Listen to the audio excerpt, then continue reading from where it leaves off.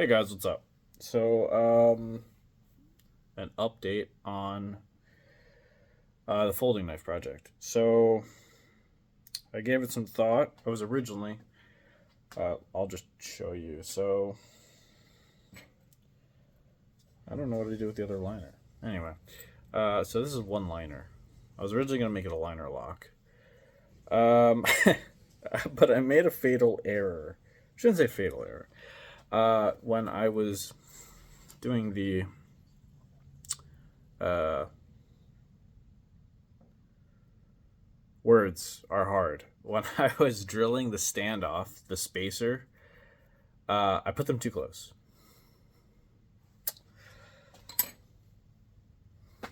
You know, I was like, yeah, no, this will be fine. This will work out just okay. I'm trying to find the other one. There it is. But yeah, because I plan on using these countersink. I don't know if you guys can see them. There we go. These countersink ones. So I figured there'd be enough space between them by just a small amount, to where it wouldn't affect. It wouldn't have an effect. Wouldn't cause a problem. But yeah, I didn't gamble on that correctly. So I have one of two options. One, I could use one as a lanyard hole and then just re-drill a different position, which I guess is doable. Yeah, that's doable, right? Yeah, that's the winged version. Because I'm looking at it right now. Because I already cut out the backspacer, like the really rough. So really, the rough. Sorry, trying to see.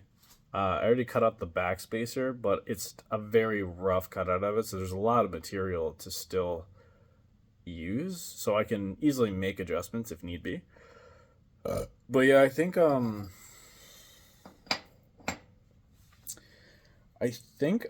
just gonna have to shift one of the holes to be more offset for the backspacer, because I really fucked this up. That's okay. It's not the end of the world. Because one side is going to be a thin liner and the other side is going to be the thick side of the frame lock. And then I'm going to use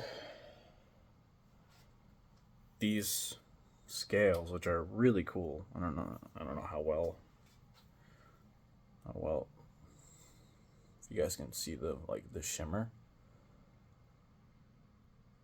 Yeah. So yeah, I think we'll do that. I think I'll use this one. I'll set the other one aside. And then I guess technically speaking, I have a scale already made, so I can just set that aside. And then all I have to do is drill out. Oh my god, it's so fucking massive. Jesus Christ. I bought a what is this, 2? This is a 2 This is a 2-inch by 12-inch. Maybe it's 18. No, it's 12. Hold on. This might, no, 2-inch by 16, I think. Piece of titanium. This is almost 300 thousandths. The exact is 287 thousandths. Man, that is going to be one gnarly frame lock. Sometimes I wish I planned this out a little better. I really do. Because I plan on using some of it for the pry bars. But I think what I'm going to do is just use a Sharpie and trace one of the liners, shift. I guess I'll just shift I'll shift a hole over, and then that way I'll have space for the other spacer screw, spacer pivot, spacer screw, whatever you want to call it. My brain's not working today, okay? You guys get what I'm saying. Now the question is, where'd my Sharpie go? I lose this thing more than I lose anything else that I'm ever using. You're probably also wondering why I'm not using my GoPro. I don't know if it's charged, if I'm honest. I probably should switch over to it. But, found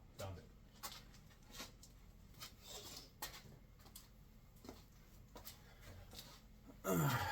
We got it. I actually have I don't know if you guys will be able to see this, but I actually have an indent on my thumb where skin has, you guys know how you get calluses, obviously, right? I don't know why I'm so close to the camera. Like, I want you guys to see the pores on my face. But yeah, I from popping the Sharpie off by this point, I've actually like indented and worn like a callus in my skin on my thumb from opening the Sharpie over and over again. I don't know why I don't know why it's so hard to open. I feel like I should have just gotten one of those click Sharpies, but why would I have done that? That's too convenient. That's fucking stupid. Okay, so now I have to figure out where I'm gonna put this.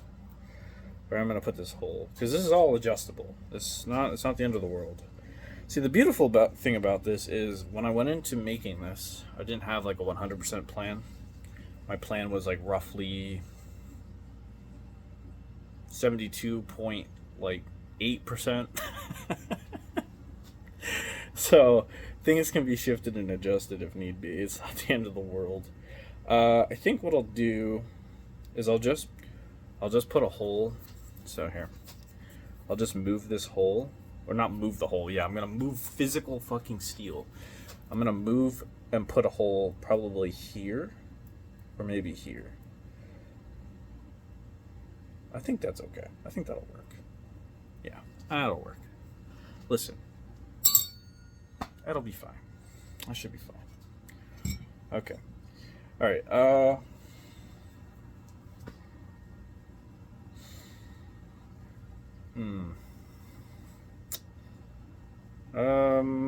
let me see if I can switch to the GoPro. So I'll be right back. Alright, and we're back. So, the game plan is, this video won't be super long. The game plan is, I'm gonna trace a stencil out of this. And then we're gonna cut this out.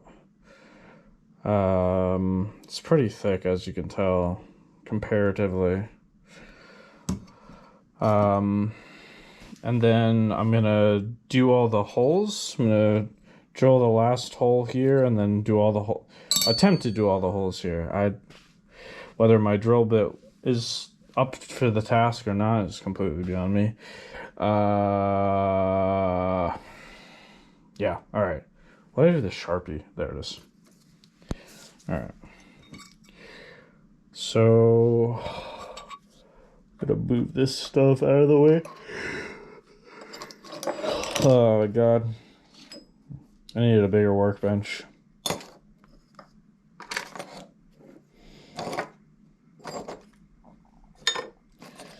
These are all together. Alright, hold on, let me move this light. There we go.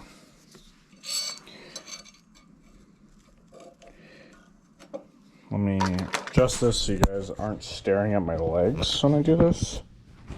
I don't think you really want to stare at my legs. Alright, I want to do the bottom here. Yeah, I guess I could do that. Okay. Alright. We're gonna trace out the bottom here.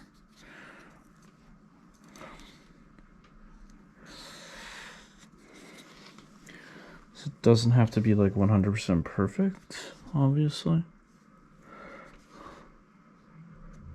Believe me, you're probably like, oh my god, I can't see anything with your giant fucking potato in the way. Hey, you know, now you know how I feel. I can't see anything half the time either. Welcome to my world. Imagine trying to use your elbow for everything. It's really fucking irritating. Okay, That's good enough, because the rest will just get ground down. It's not the biggest.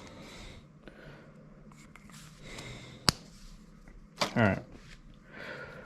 So we're gonna lop this off, and then we're gonna make 1 cut, 2 cuts, 3 cuts, and then maybe 4. I don't know, we'll see. I don't know how my bandsaw is really not gonna like cutting this. I already know that for a fact.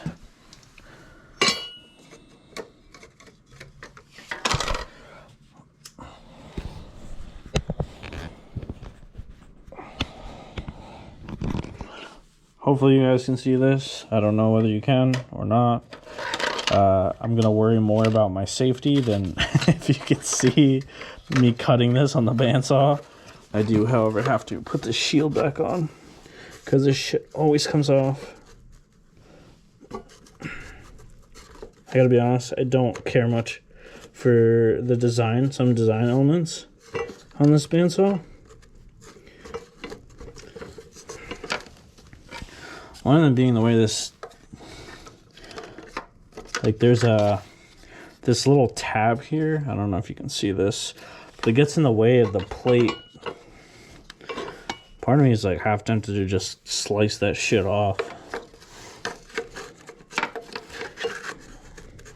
It's incredibly annoying.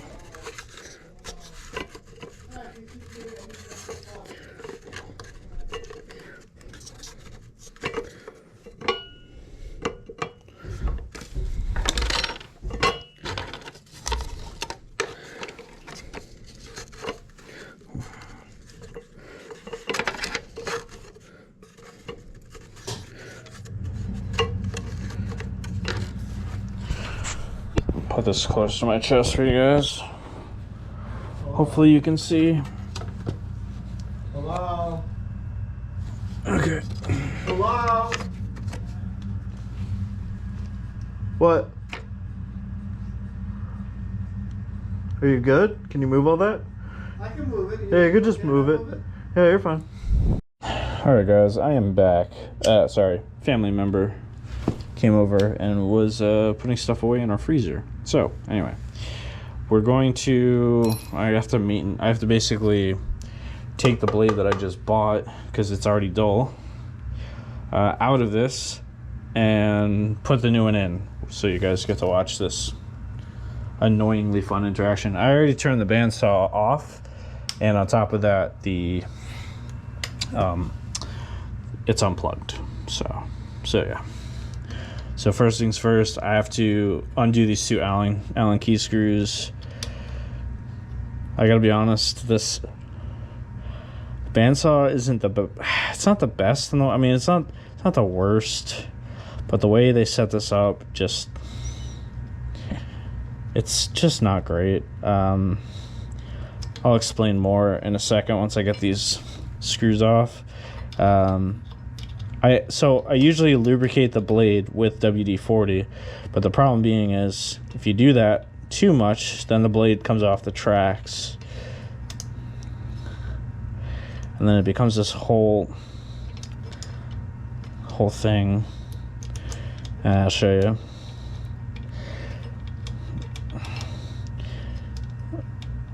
I'm gonna have to go back out and buy more blades. One of the things I absolutely hate doing. Alright, so hopefully you guys can see this.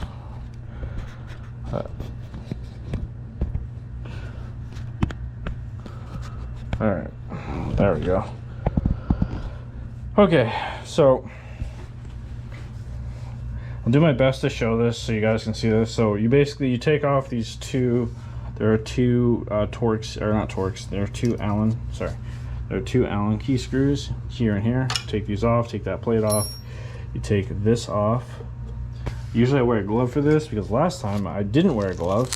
I ended up destroying my fingernail and almost ripping my fingernail out of my finger, which I'm gonna be honest with you, didn't feel very fun. Was definitely a 1 out of 10 experience.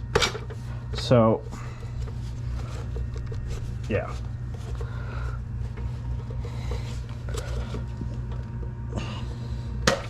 There we go. Okay, so these are held on by So this is the guard. This is held on by like just clips, basically. Fun fact, I think a week or two ago, I was actually cutting something. If you're wondering how this groove ended up in there, I was cutting something, and the blade came off the track, hit this, and this smacked me in the head and flew across the basement. So, yeah, fun little thing. All right, let me move this light over there. Okay, so basically, then you take this bottom plate off. Comes off like that. I only really use the gloves to do the plate. Now is the not so fun part. So adjust this. Now you loosen the tensioning rod that's back here, and the blade should just pop right off, like so.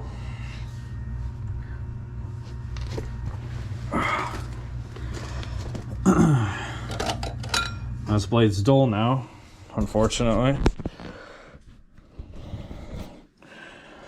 So that's fun.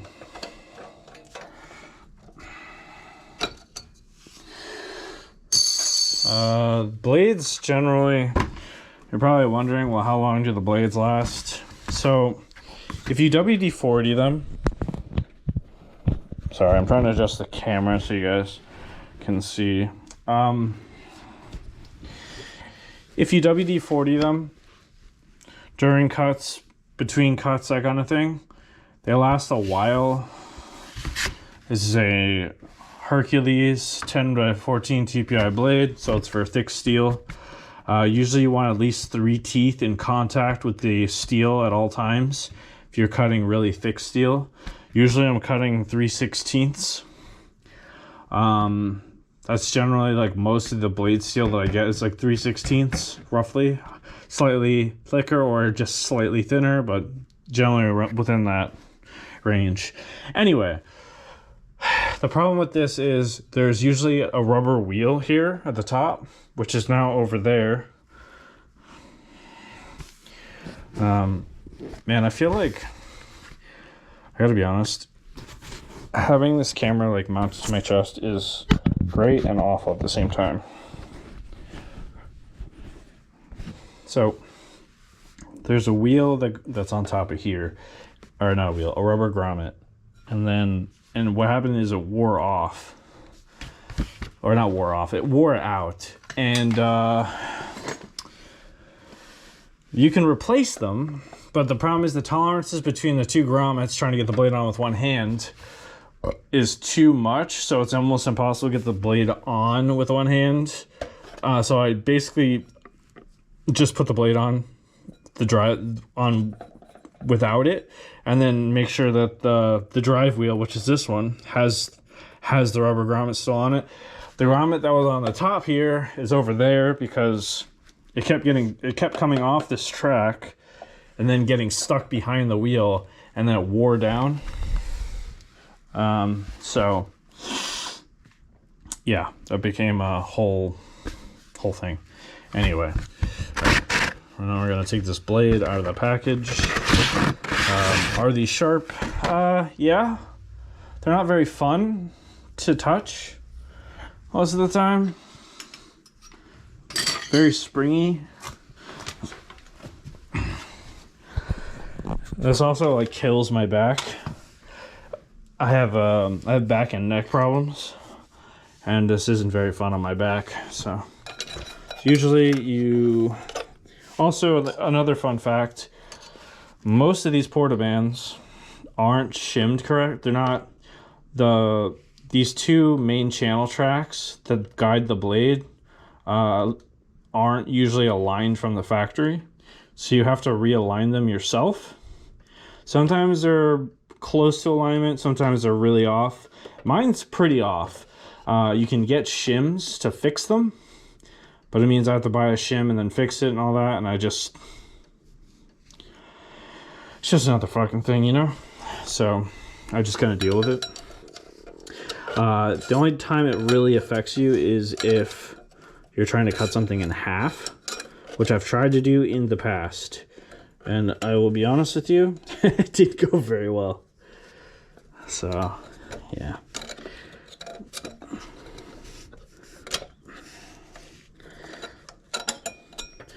I forgot the other rule that I came up with when putting a blade on this thing is if I'm gonna put the blade on, I need to do the bottom first because the blade has to bend at a really obnoxious angle to get on.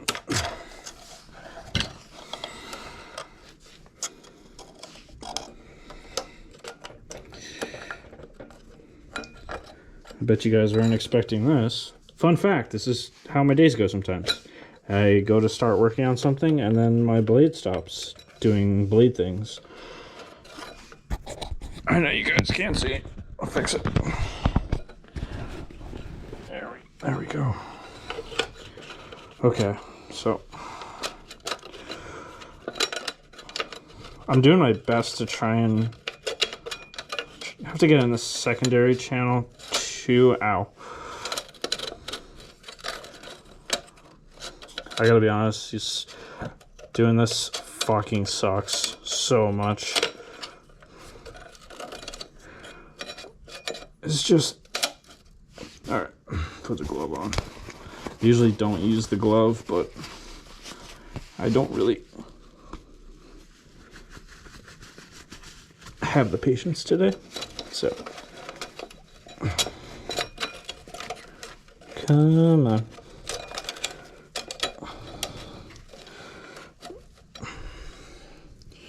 Okay. So now, I don't know if you guys can see it. I'm sorry if you can. I put a clamp on here. Hold the blade, hold one blade, part of the blade in place. And then I take another clamp, slide it back here, and I use it to hold the other part of the blade in place. Then you slide it on like so, and then you tensioning rod that motherfucker.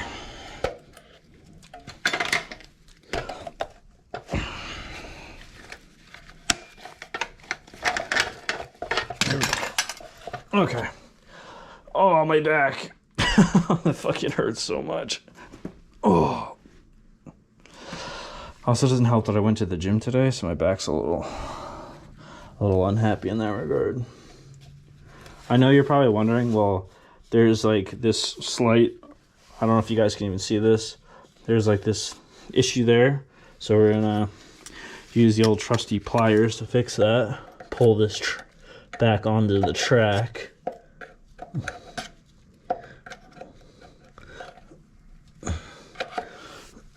Because this drive wheel needs this rubber grommet on it to hold the blade in place. It's kind of like non-negotiable. Oh. Okay.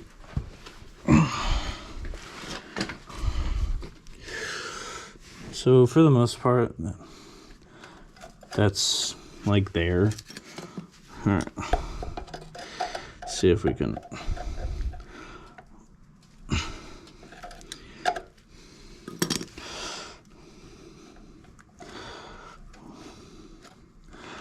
Come on. This is why you wear gloves for this. I'm gonna loosen this a smidge.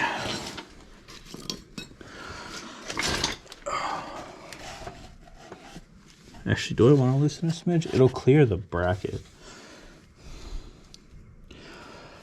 Should clear the bracket. Okay.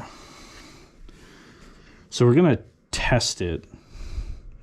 By testing it, I'm gonna put one. Where is it? I'm gonna put these shields on it, so if the blade does come off, it hits these shields first. This is what I usually do.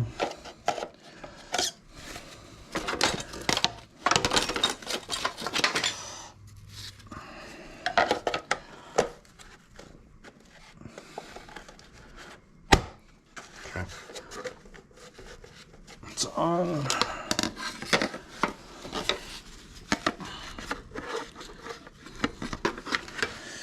That's backwards. Again, apologize if you can't see. I do my best to try and make sure you guys can see, but it's not always the easiest.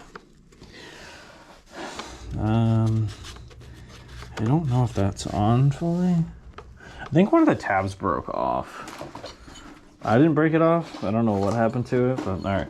Now we're gonna plug it in. I always physically unplug it like this. This is the cord that I have kind of like a whole operating method. And now we're gonna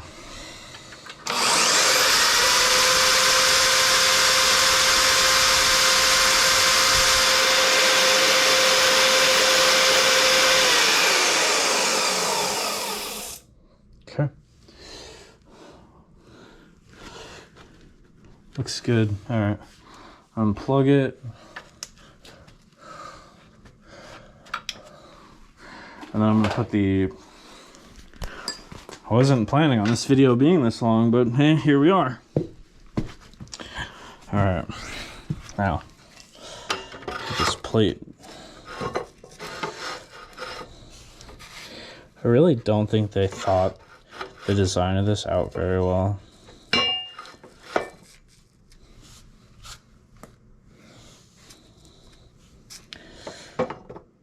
Maybe they did. I don't know.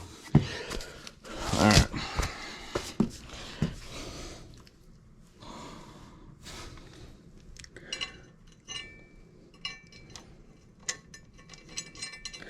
Okay.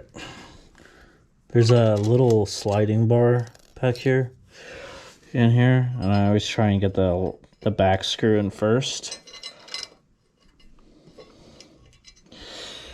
Oh my god.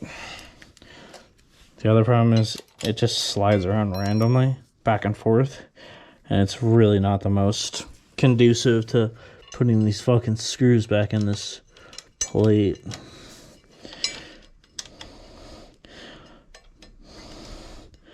You're probably like, getting a portaband looks like an awful idea. No, it's not a terrible idea. It's just got its own set of fucking stupid ass challenges. There we go. Come on. Seed. I need you to seed for me. Seed in the threads. Thank you. Oh my fucking god.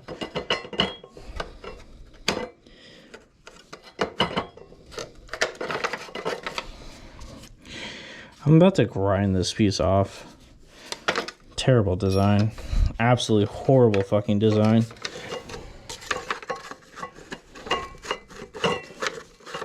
Like, I genuinely want to punch monkeys. Punch garden gnomes. I don't know, like, that tab shouldn't be there.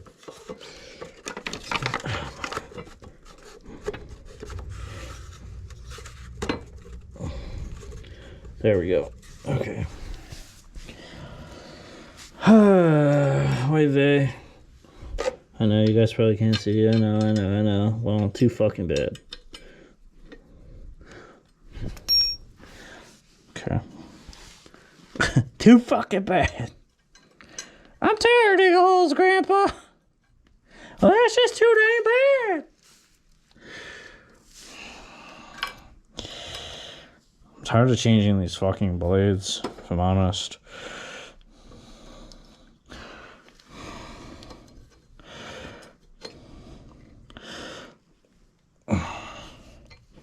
Good. Oh my god. Okay. Now.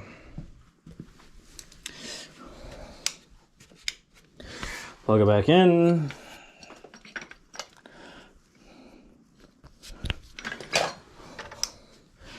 Now, I'm gonna have to go and buy more blades, which is the most frustrating part about this whole thing, is I just bought I just bought this pack of blades down here, and like I've already used it up. So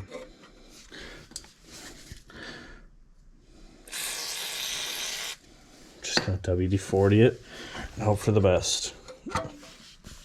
Remember guys, if you use the bandsaw, be incredibly careful. Make sure that your fingers are always out of the way. I'm looking for my push block, which is a piece of 5160.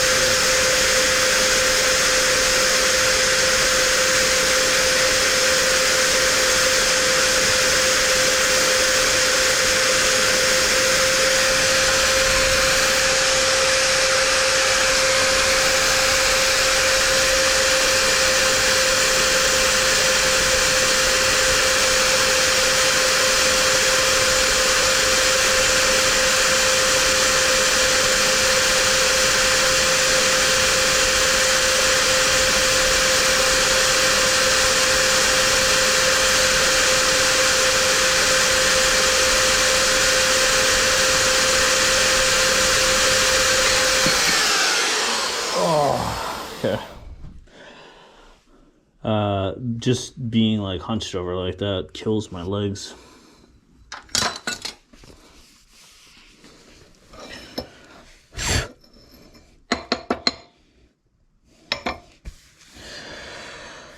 Alright. Now I have to do this side. Oh my god. I gotta stretch. Sorry. When you're cutting something like that's this thick, it's just gonna naturally take a while. The reason I'm using WD-40, so I'll explain. Usually I would use like my tapping and cutting die. Well, the problem is with the bandsaw, the viscosity of the tapping, cutting, the magic tap stuff is thicker than the WD-40, so over lubricates the blade and causes the blade to slip over time when I'm using the bandsaw. Whereas the WD-40 doesn't cause that issue. Kind of helps maintain some of the life of the blade, helps the blades last longer. When I was using WD-40, I had a blade that lasted me like 2 months. No, not 2 months, sorry. I had a blade that lasted me, I think it was like 3 weeks, 2 weeks, something like that. Which is a lot considering how much I'm cutting. So what I'm going to do is I'm going to start this cut holding the piece of metal here. Once I move it up onto the platform a bit, and then I'm going to switch to my push block.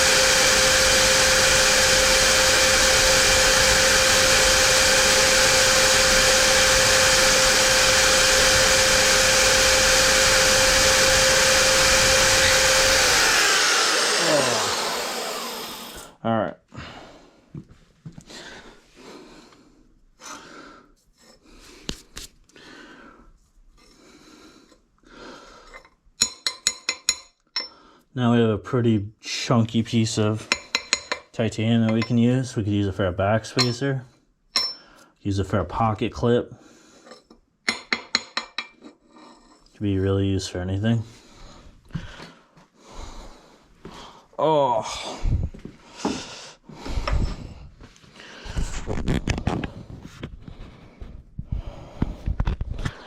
There we go. So, I still have to cut this piece off, but I'm gonna be honest with you, my legs are fucking killing me. My feet are killing me from being in that position.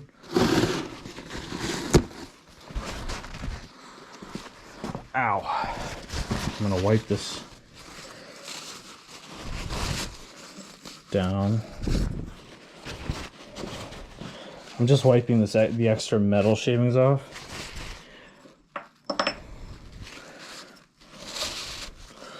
There we go. Okay. So, as you can see, there's still a couple thousands. There's still a couple thousands left. I can just grind that off. It's not the end of the world. This is going to be a really chunky frame lock. It's going to be interesting. And I could hypothetically use this as a backspacer. I don't know if I will, but I could use it as a backspacer in the future for something. Throw that over there.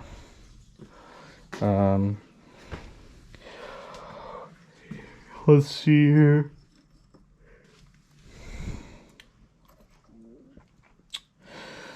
Usually what you do, I don't know if I have a little clamp, do I? I have this giant clamp. Oh, I do have a little clamp. Wait, is this the one that I melted together? Oh, I did melt it a little bit. I might be able to clamp together. Actually, I don't know how that's gonna work. I gotta sneeze too. Oh God. Okay. I'm trying to figure out how I want to do this.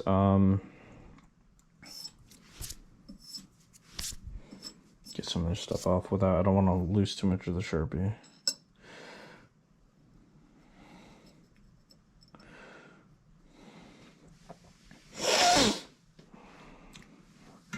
I don't want to, I could E6000 it. Or I could clamp it.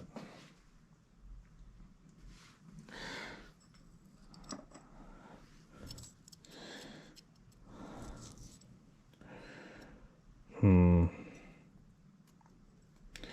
problem is E6000 takes a little while to set. Maybe I'll just do that. I don't really want to do the E6000, but whatever.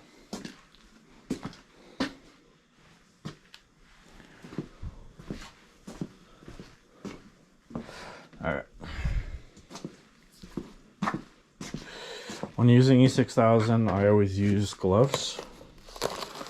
Always. You're probably wondering what's in this box. Brady, if you're watching this, that's what's in this box. I don't know if you can see that. That's for you, Brady. I haven't customized it yet, but I will. I'll get to it.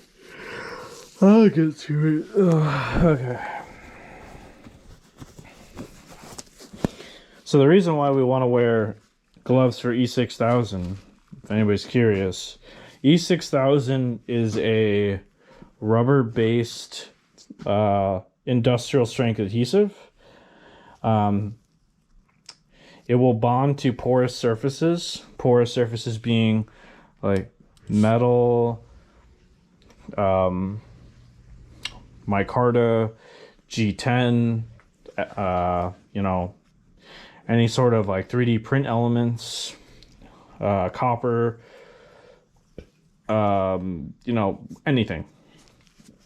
This stuff adheres better than super glue for me. I have used super glue before. This is like what I've used, but I'm not super impressed with I'm just not super impressed with it. I think this stuff takes it's a full 24 hours to cure. It takes 30 minutes to like fully set.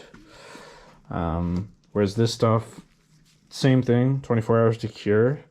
It takes like an hour to set, I think, half hour to set. But this stuff is amazing. I prefer this over super glue. Everybody's different. Most people just use super glue. But when I'm using this stuff, I'm always careful to wear gloves because you really don't want this on your skin. If you do get super glue or E6000 or any sort of like industrial adhesive on your skin, acetone. Acetone immediately. I always try and keep this stuff away from your eyes. Always, always, always, if you can. I don't really know why you would have it near your eyes, but yeah. So usually I'm pretty generous with how much I put down. Because I want a strong adhesion. So you guys can see I put down pretty fair amount. Like I said, I want a strong adhesion.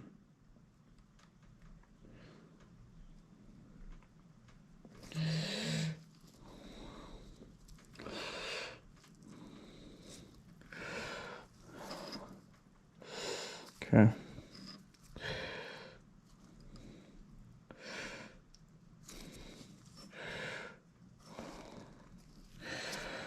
Probably like, I can't see. I'm sorry. It's really hard to make sure the camera's always looking at what I'm doing and also making sure that I can physically see what I'm doing too.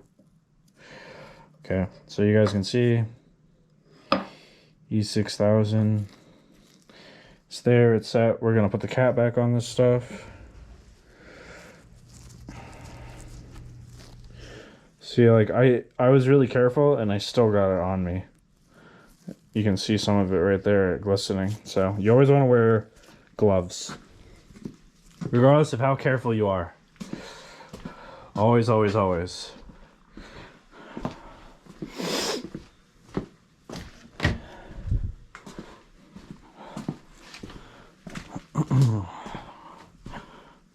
So it's going to take a little while for this to fully set up, which is fine. I'm not super worried about that. That's dealt with and done. So when this gets done setting up, what I'll make sure I'll aim to record it. I'll do my best to try and remember to record it. But what I'm gonna do, in case I don't record it and you guys just see the next video and you're like, whoa, what I'm gonna do is drill another standoff hole for the spacer somewhere in this region. So that way I have a standoff hole here and one over here for the backspacer. So that way there's also a lanyard hole. Just because I goofed. Because I made a mistake. This is what happens when you're a first time knife maker. And just in general, fun fact. I was watching another knife YouTuber. I don't remember his name off the top of my head. I have to go through my history. I watch a lot of them. A lot of people who make knives. Usually like one of ones or like really small batch knives by hand. And it was really nice to listen to this guy say that even when making stuff by hand, which is what he does, he still screws things up. So, yeah. So, but this is fixable. So it's not the end of the world. So once we do that, we'll move forward.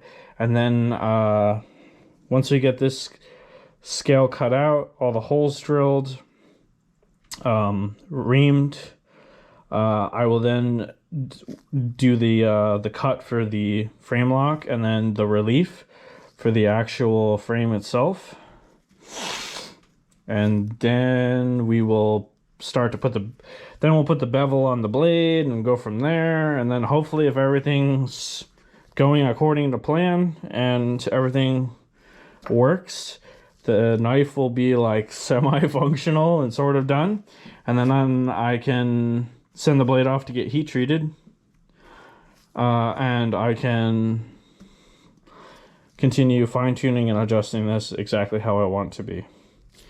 So I'll then have like the very first prototype of this design. I have a name for this. I'm not going to say what it is yet. I want to wait for the knife to be like fully done before I do that. But yeah,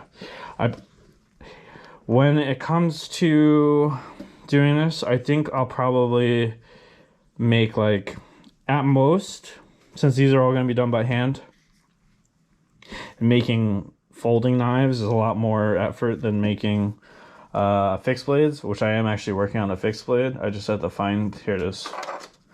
I am working on a fixed blade. Super rough, but you know, this is going to be a fixed blade, little cleaver fixed blade. Anyway, I'll probably do, if I do multiples of these, which I plan to, I'll do 5 of these at max, at most. And then after that, I'm going to move on to the next design, because I've already started working on the next design, folding knife wise. So, yeah, so like, these will be, my folding knives will be small batch, like either 3 knives in a batch or 5 knives in a batch, something like that, just because they're all done by hand. I'm using like premium materials, but I'm not using like S35VN or Magna Cut or anything like that. Like, the blades are either going to be AEBL or ADCR V2.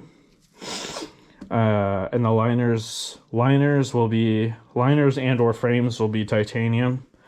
The scale that I am using, this is, I think, like a special type of G10. I could be wrong though. I have to double check, but yeah, anyway. This will be a lot easier to produce, because this was like a day's worth of work, roughly.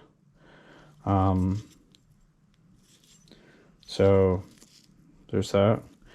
These I could probably do more of, just because, like I said, it's a fixed blade, so it's much easier to crank fixed blades out than it will be to do folding knives. But regardless, that's what's in store for the future. So this is the fixed blade that I'm currently working on, and that's the folding knife. This is the back spacer, and this is the blade. So yeah, anyway, that's it. That's the video. I hope you guys enjoyed this. I wasn't expecting a good portion of this to be me maintaining my bandsaw, but that's just shop life, unfortunately. That's how it goes. So when you guys don't interact with me on whatnot, this is what I'm doing. So yeah, I'm gonna end this here, and I'll see you guys in the next video. So